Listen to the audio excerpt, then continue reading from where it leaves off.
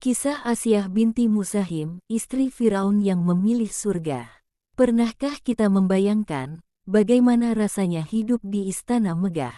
Namun hati justru dipenuhi kesedihan karena kebatilan.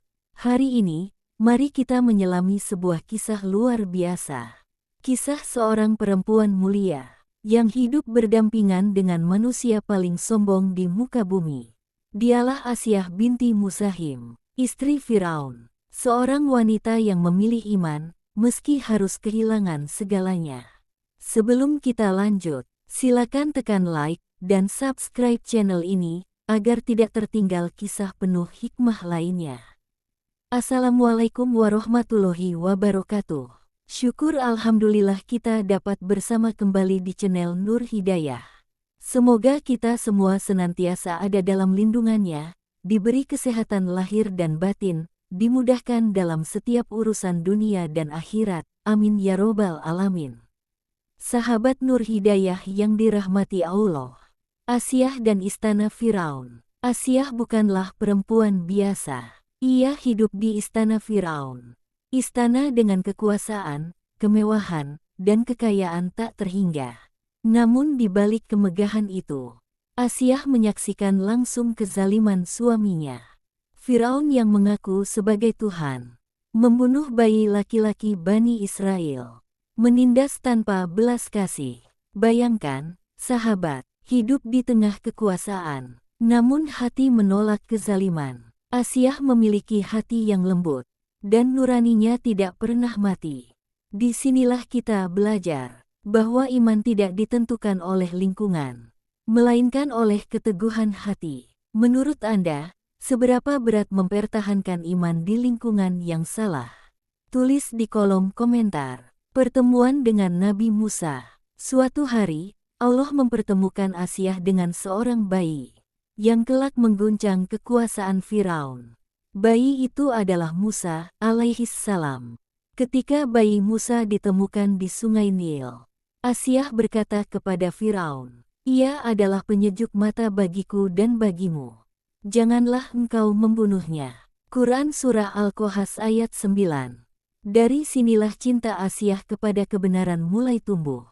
Ia merawat Musa dengan penuh kasih, tanpa mengetahui bahwa bayi ini kelak akan menghancurkan singgasana Firaun. Allah menanamkan cahaya iman di hati seorang wanita istana, melalui seorang bayi yang lemah.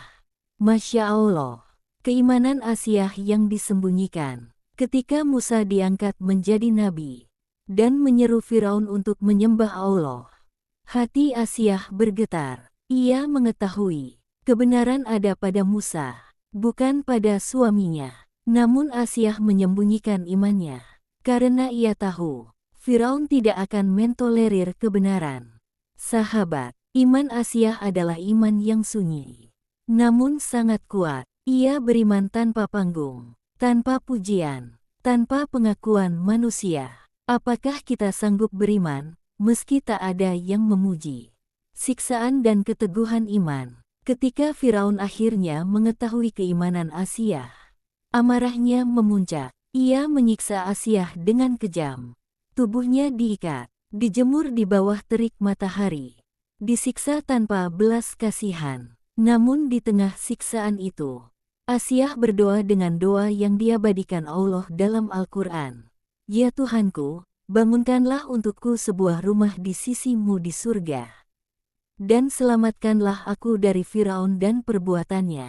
Quran Surah At-Tahrim ayat 11. Sahabat, Asyah tidak meminta diselamatkan dari kematian. Ia meminta rumah di surga. Inilah puncak iman. Wafatnya Asyah dan pelajaran besar.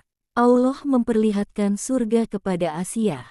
Sebelum ruhnya diangkat, ia tersenyum dan wafat sebagai syahidah. Rasulullah Shallallahu Alaihi Wasallam bersabda bahwa Asyah adalah salah satu wanita paling mulia di surga, bersama Maryam, Khadijah, dan Fatimah. Pelajaran untuk kita hari ini: iman bisa tumbuh di tempat paling gelap. Keteguhan lebih berharga daripada kemewahan. Surga layak diperjuangkan, meski harus kehilangan dunia. Sahabat Nur Hidayah yang dirahmati Allah. Jika kisah Asiyah menyentuh hati Anda, bagikan video ini agar semakin banyak jiwa yang dikuatkan imannya. Tuliskan di komentar, pelajaran apa yang paling Anda rasakan dari kisah Asiyah. Semoga kita diberi iman seteguh Asiyah dan wafat dalam keadaan husnul khatimah. Amin ya robbal alamin. Wassalamualaikum warahmatullahi wabarakatuh.